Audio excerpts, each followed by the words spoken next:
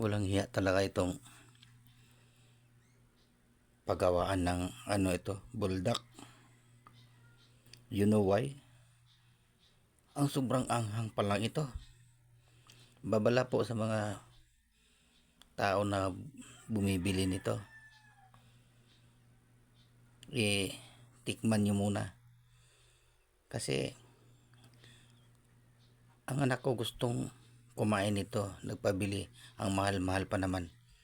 70 plus ang buldak na ito. Tapos niluto ko at niluto ng aking anak para malagyan ng mainit na buldak ang sikmura bago pumasok ng alas 6 ng umaga. Ngayon, walang nakain ng anak ko. Sobrang anghang, grabe. Kayo po ay gustong bumili nito, pag-isipan nyo muna. Grabe, sobrang anghang.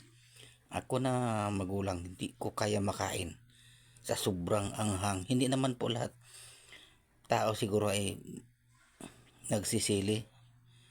Pero payo po sa pabrika, sa gumagawa nito, maglagay po kayo ng babala na ito ay anghang.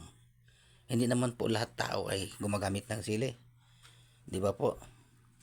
Maraming salamat po. Paunawa lang po.